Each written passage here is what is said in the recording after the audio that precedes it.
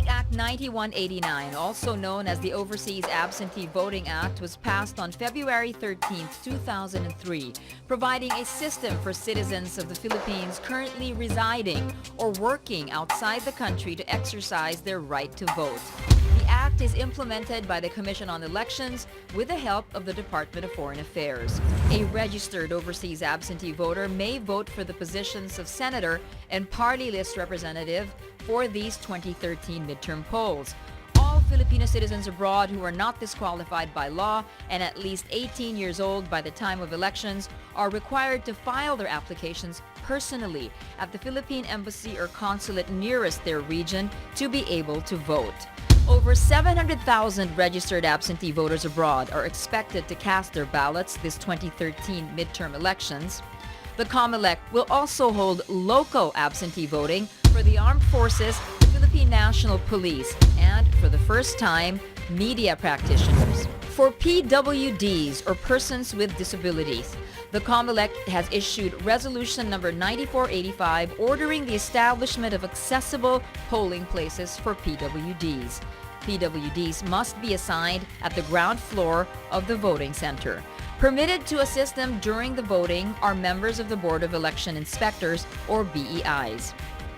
The COMELEC is alarmed with the decline in numbers of the said segments of the Philippine electorate.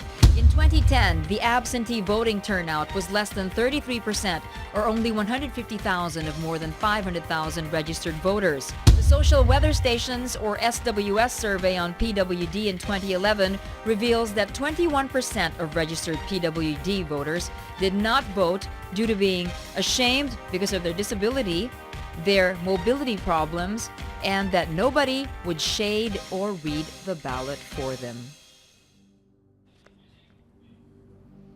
The 2013 midterm polls are shaping up to be an exciting one. I'm Nancy Irlanda, and this is Elections 2013. Tonight, we talk about overseas and local absentee voting and the process of voting for PWD or persons with disability. Joining us now, two commissioners from the Commission on Elections, or the COMELEC, Commissioner Lucenito Tagle, head of the COMELEC's Overseas Absentee Voting Committee, and the committee head for persons with disability, Commissioner Grace Padaca.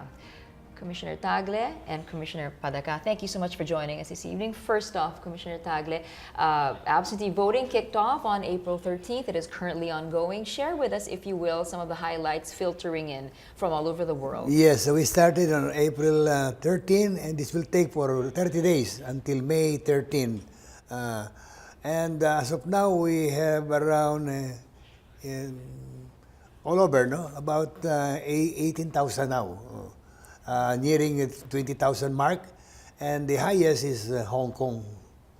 We have three types of voting by overseas: the personal, and the postal, and the automated. Okay. And of course, the automated, we're doing that for the first time now. Are you thinking, at least for the overseas absentee voting, are you thinking this will create some sort of buzz? We already mentioned at the top of the show that in 2010, it was quite disappointing, under 33% voter turnout. Do you think that now that we're going high-tech, there will be more interest for overseas Filipinos to vote? Yes, they are very excited, our Filipino overseas abroad, no? And in fact, they would like, if possible, for us to introduce the internet voting. But that may be used in 2016. Right now. But that is provided for in the law, the internet voting. Yes, there is the law has not yet been signed, but it will be passed maybe in the next session. Okay, so for now, no online voting yet, just automated.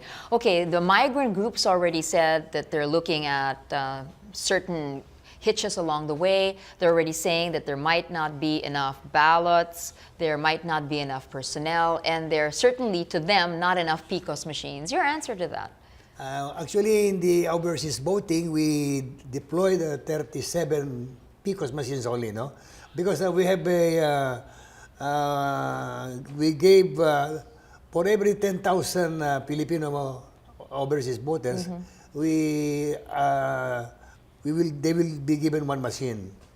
That's why these are 37 only. Okay, but you're distributing that to the Middle East, to North America, to various countries, to Hong Kong, yeah. Hong Kong, yes. So for every 10,000, but how about geographically? How do you distribute the 37 PCOS machines? Well, actually, there are only 7 areas that will be automated.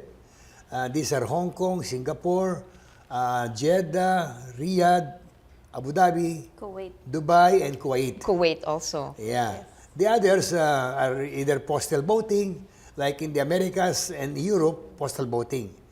In Asia Pacific, personal voting. All right. Now, when it comes to PWDs, what kind of effort are you mounting in order to encourage more and more persons with disability to come out and vote in these elections? Last year, there were obviously many reasons that were discovered through surveys as to why PWDs did not participate as much as they should or why they were disappointed. Well, it started with the registration because they cannot vote if they are not registered. And in 2012, when it was still Commissioner Rene Sarmiento who was on top of this special program of the Commission on Elections for PWDs, they scheduled special registration for persons with disability. They made this even easier for them because they did the registration in satellite precincts or in the provinces, the COMELEC officers went to like barangays and other places. Normally, you go to the town, to the city where the COMELEC office is. There were in Metro Manila, there were special registration that were done in shopping malls. Okay. And that resulted to more than 69,000 new PWD voters for 2013. Okay, if we talk about comparative figures compared with the last elections, the last registration, what kind of increase have we seen? For We PWDs? can't really determine that, Nancy, because this was the first time Okay. where special forms were made available for persons with disability so that they can tick a box that would say that they are physically disabled. Okay. And there's another form where they specified what kind of disability, visual, speech, mobility, so, and also the kind of assistance that they would need on election day. So this is actually the first elections where we will see, I think, a lot of improvements as far as making voting accessible to PWDs, more accessible. Okay, you made it clear that we have no basis for comparison because we did not have any registration that was pointed specifically at PWDs, so we can't really compare figures there. But we do know that PWDs have raised the issue of perhaps their shyness to go to the polling precincts, I suppose, confusion as to who can help them there.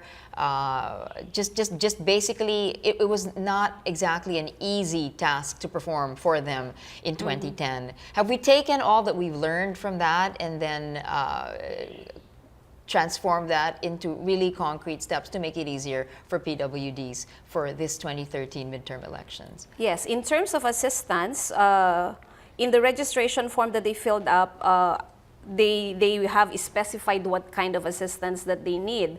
For example, for the visually impaired, they will actually need people who would assist them shade the ballots. Okay. Because they can see Yes. the ballots. And for people with The mobility mobility challenge. problems, like those who use crutches and are wheelchair bound, there are provisions where express lanes will be provided for them, that as soon as they arrive in the polling place, they will not be made to wait anymore. They will be given priority, along with senior citizens and heavily pregnant women and escorted detainees. And since in the last registration, information was called about the number of persons with disability in a certain precinct, these precincts will be located in the first floor, in the ground floor. Okay, so easy. Rather than in the second floors or third floors. All right, easy access. So efforts now are very, very pointed because of the registration. You already know how many PWDs are expected to vote in a certain polling precinct. Not only that, you know exactly what kind of disabilities they have. Now, we know that there's the visually impaired, there's the mobility challenge. What other kinds of PWDs have registered? Is the speech impaired. Speech impaired. Yes, and So there are there's- people qualified in the polling precincts to assist with the speech impaired. Well, that's They will have to write, basically. Yes, yes. Yeah, it's as simple as that. It's no problem, yeah. Okay. But there's a classification there about multiple disability. Okay, tell us about that. Like cerebral palsy Mm-hmm. and other kinds. Those who have really severe kinds of disability, not just blind, but also has mobility problems, not Okay. just hearing impaired, but also has mobility problems. Okay, so will the polling precincts actually be fitted out with physical equipment, like perhaps more railings, actual physical equipment to help PWDs? Again, using the information that we got during the registration last year, we identified the precincts with the biggest number of people with this disability, and we got 60 of them. And in cooperation with the DPWH and the DBM, we made them more accessible, like providing ramps and rails to reach these polling precincts, making the tiles not slippery, Okay. providing better facilities in the restrooms or provisions for water. All right, sounds very necessary. promising. Hopefully all this will actually be implemented come election day. We're going to come back to this discussion. For now, we're going to have to go to a break. More issues about overseas absentee and local absentee and PWD voting. Stay tuned. You're watching Elections 2013.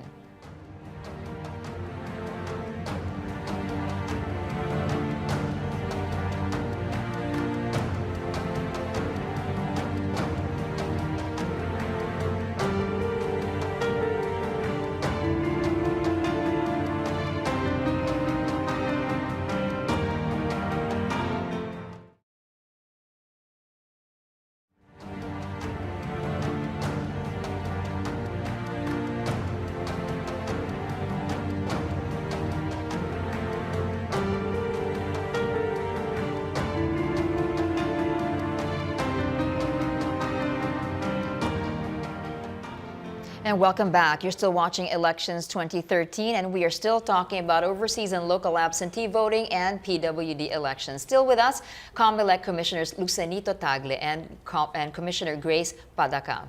All right, what kind of issues are coming in from the different centers for OAV to your office? For example, let's just say embassies or consulates have closed down, or let's say the actual voting centers are too far from where these overseas Filipinos work or reside. How are they getting around these obstacles? Actually, 10 embassies were closed, no, by the DFA, but we made measures that they can still vote, either by postal voting or in the nearest embassy. They can go there and those who will personally vote, no. Okay. But there are other measures like this. We transferred. Our people will go to like this one Koror. We will send our representatives there to conduct the election. All right. Well, let's go by feeling here. What kind of reports are getting to you about, I suppose, the level of enthusiasm for these overseas Filipinos to vote in these elections compared with before, let's say? Yes, one thing, every time that we conduct lectures or seminars to this DFA personnel, we invite the Filipino community, and many of them attend this forum, and they ask several questions. Even the NGOs are participating. All right. The COMELEC, of course, is the lead agency for all of this, but you're working in tandem, ideally in close tandem with the DFA. What kind of coordination is happening now between the COMELEC and the DFA in information dissemination? That's it. We train this DFA personnel on the manner of the election, no? How to conduct it, and then we give them all the incentives like financially. We help them, we give them honorarium, and all sorts of benefits so that of least they will be enticed. Did you have to hire new people to man these centers, or they're all current complement from let's say the DFA? Now we have technicians, no, from our own people, because there are times when the machines. Especially for the PICOs, whatever problems we experienced here may likely be experienced there. So are there people on the ground there competent to address these issues? Yes, we have, and as I said, technicians, and we have the extra machines. Whenever one breaks down, we can easily replace it. So there's just 37, but out of the 37, there's already a backup. There are backup machines. Okay, and Nancy, yes. the ambassadors themselves will serve as members of the board of Yes. canvassers. Oh, interesting. And yes, I was part of the group that went to Abu Dhabi and Dubai, and I saw for myself how diligent the ambassadors from 8 countries were listening to the lecture of the COMELEC director in the procedure for canvassing. So they are a big help. There are not too many employees in our Philippine embassy, so all hands are on All right, helping us. and off cam, you hinted at some bayanihan type of spirit. Tell us more about that. Yes, in Abu Dhabi, Ambassador Grace Princesa called on the leaders of the Filipino communities there, the leaders of engineers and taxi drivers and hotel personnel, and they said that they will do something to pick up the kasambahays and tell their madams to please allow these Filipino kababayans of ours to vote. Okay, right. You raised an important point because that may be another obstacle. Employers might not actually respect the fact that, the Filipinos do want to vote as absentee voters. Well, what are you hearing about how the Filipinos are getting around that? Not only Employers that, we not allow allowing. now field voting. We allow them to conduct field voting where we will bring the machine in the church, in Abu Dhabi, in Dubai, in the malls, so that those Filipinos who are there can easily vote. Okay, you wanted to add something? Yes, the field voting is very important for them because if Field voting. So in Yes. other words, the voting goes to them rather than Yes. them going to the centers. Yes, yes. And in the experience in Abu Dhabi, a lot of people go to the St. Joseph Church. And that's how Ambassador Princesa got them to register in the first place. She brought the ink pads there and the registration forms in the church, and that's how she was able to increase her registered voters number. And now, having asked the permission of the COMELEC and Bank to allow them to also do the voting in church, for example, then we are assured that those who registered will be able to vote also. All right. When all is said and done, clearly both of you sound very excited that the voter turnout will not be as dismal as what we saw perhaps in 2010. What kind? You're expecting over 700,000 to do so. I mean, how confident are you that that's We going to be expect met? around 30 to 40% who will participate, will vote. Okay, that's not such a big improvement. Well, if you say 40, that's a big improvement over under 33% in 2010. That small a marginal increase? Just a You're big not so. increase, no? Is that a big increase? Okay. They say that there's a factor in the fact that it's not a presidential election. That is a good point. Yeah. Yes. It's for senators and party list representatives. Yes. Especially that they cannot vote for their governors and congressmen anyway. Right. But actually, we already did something that responded to the Filipino groups' clamor not to deactivate those who have failed to vote twice. We Yes, have yes. already delisted about 200,000 of them because they have not voted in 2010 and in another election. 27, But 2007. we made the decision in the COMELEC to still allow them to vote. So hopefully they will give importance to that extraordinary decision of the COMELEC. Okay, you know what? An interesting point was raised. I read in the papers recently about this lack of indelible ink. Is it just like honor system overseas? In overseas, we don't need indelible ink overseas, no. Here in local election only. Okay, so that's not Because an it is a 30-day voting period.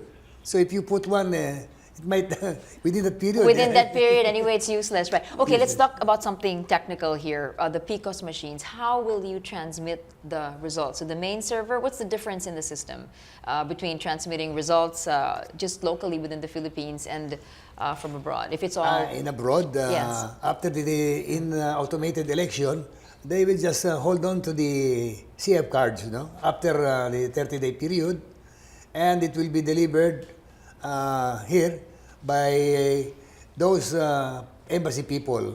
Those who can only deliver are if the voting had reached more than 10,000.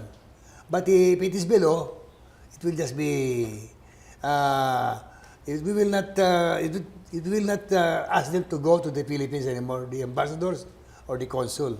All right. So that's a challenge also for the ambassadors to try to have 10,000 so that they can They come can home go for a home. while to the Philippines and deliver the I know safeguards. the ambassadors are going to be very, very busy, right? Yeah, they want to.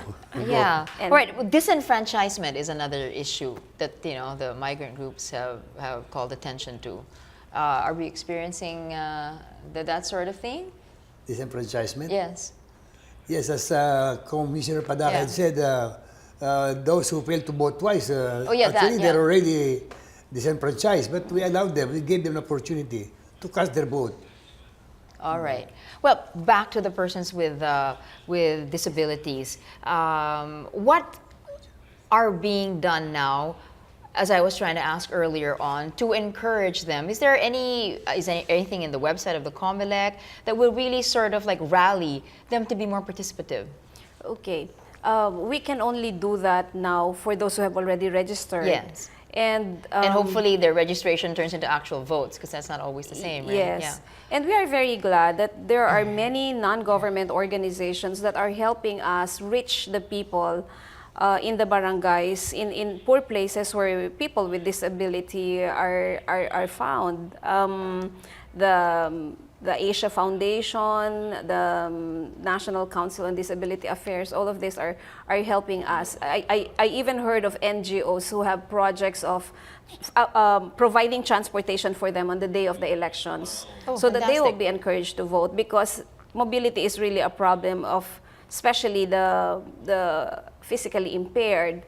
You don't only need to have a companion, but it will be difficult for your transportation needs. You'll provide for at least two. There are even rules as to who your companion can be, right? Fourth level of consanguinity. Are you going to be strict about that, or has that changed? Yes. There are three possibilities, or three kinds of people who can be allowed as assistors.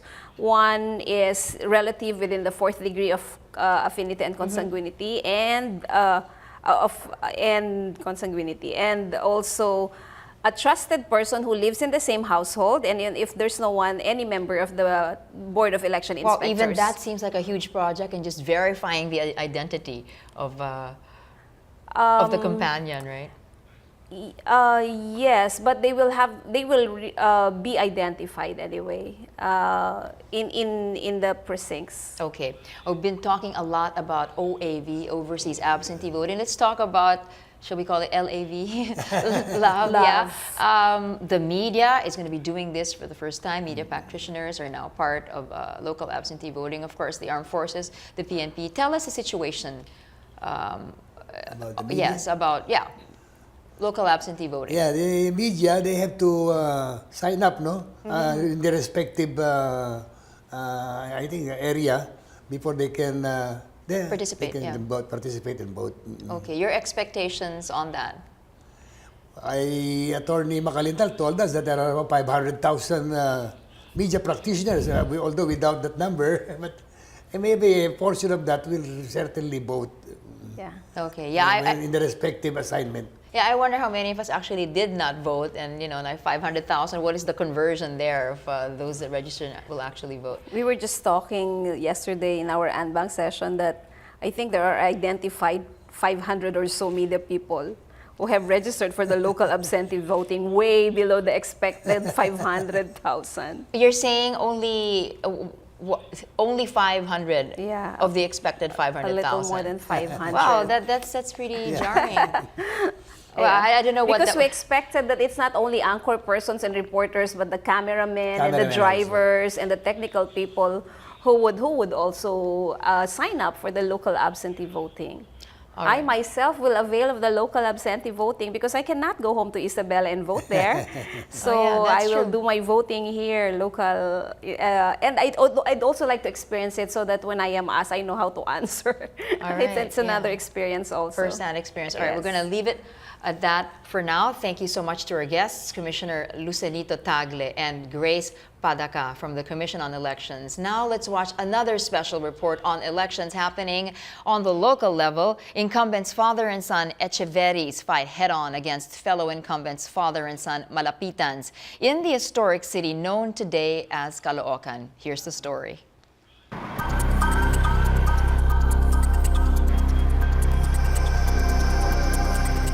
Caloocan City was once the center of Andres Bonifacio's secret militant society, Katipunan. It was chosen by the revolutionaries because of its landscape, where the city name came from, Kaloob-looban or innermost, thus the name Caloocan. Today, Caloocan is the country's third most populous city with a population of nearly 1.5 million. In these elections, Caloocan seems to be a place of political unrest. Kaya nauubos ang oras nila sa personal na atake, nakalimutan nila yung plataforma nila. Nakita ko ng misis ko. Ang sabi ng misis ko, pa, bumibigay ka na rin yata. Parang yung kalaban mo. Three-term incumbent 1st District Representative Oscar Oca Malapitan runs against the son of incumbent Caloocan Mayor Enrico Recom Echeverri, current City Councilor Rico Judge R.J. Echeverri. The older Echeverri, also in his third term as mayor, now tries to clinch the congressional seat against the older Malapitan's son, Caloocan Councilor Dale Gonzalo Along Malapitan. Alam mo, wala akong kabalak-balak sa political dynasty. Hindi ko pinagplanuhan ito. Nagkataon yung aking panlaban na congressman, before September 1, namatay yung konsyente Ramonte. I'm totally against it. That is why I urge Congress to pass the bill on anti-dynasty law. Pero hanggang hindi nila pinapasayan at dinedefine kung anong political dynasty, you'll also be violating my right to run. Both Malapitan and Echeverri, father and son, throw issues against each other. In 2011, the Court of Appeals upheld a 6-month suspension of Mayor Recom Echeverri for his alleged failure to remit over 38 million pesos in employee contributions to the Government Service Insurance System or GSIS. The Commission on Audit the same year released a report pointing the older Echeverri to illegal disbursement of city funds. Yan po ay nakorek na at naamyendahan na yan ng City Council. Kayo ba mabibigyan ng Seal of Good Housekeeping ng DILG kung meron kayong ganun? O kung mo sabihin, hindi ho namin kung nabibili yan. The younger Echeverri RJ on one hand is accused of playing dirty tactics this 2013 elections. About 1,000 nakapila na sa City Hall, binibigyan niya ng 1,000 pesos every voters na ipipresenta yung voters ID. Actually, may balita pa nga sa kanya eh. Pinailan namin siya ng TRO. Dahil yung DSWD check, yun ang ginagamit ng vote buying. So who's vote buying? Earlier, the Regional Trial Court issued a temporary restraining order or TRO against Oca Malapitan's pork barrel to prevent alleged vote buying. Ngayon na meron pa akong ginagawa dito. Oca Malapitan, meanwhile, denies accusations of the Echeverris and instead, Malapitan accuses them of campaign fraud. Tinatanggal ang poster ko, tinatakot ang mga leader ko, nag-massive vote buying rin sila nung nakaraan. Which RJ Echeverri neither confirmed nor denied. But during Solar News' coverage of RJ Echeverri's campaign, our camera caught the said act. As RJ Echeverri approaches to shake hands with a resident, a man wearing RJ's campaign shirt secretly removes the poster of the vice mayoralty candidate of Malapitan's camp. Let's focus on the issue, kung ano yung makakatulong sa lungsod Caloocan, at huwag yung personal na atake sa isa't isa. Alam ko, marurunong ang mga taga-Caloocan at alam nila yung performance ko. Palagay ko hindi nila ako ipagpapalit.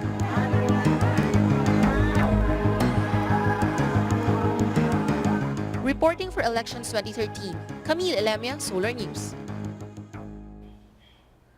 And thank you all for joining us tonight. Tune in again next week as we make this vote count. I'm Nancy Irlanda, and this is Elections 2013.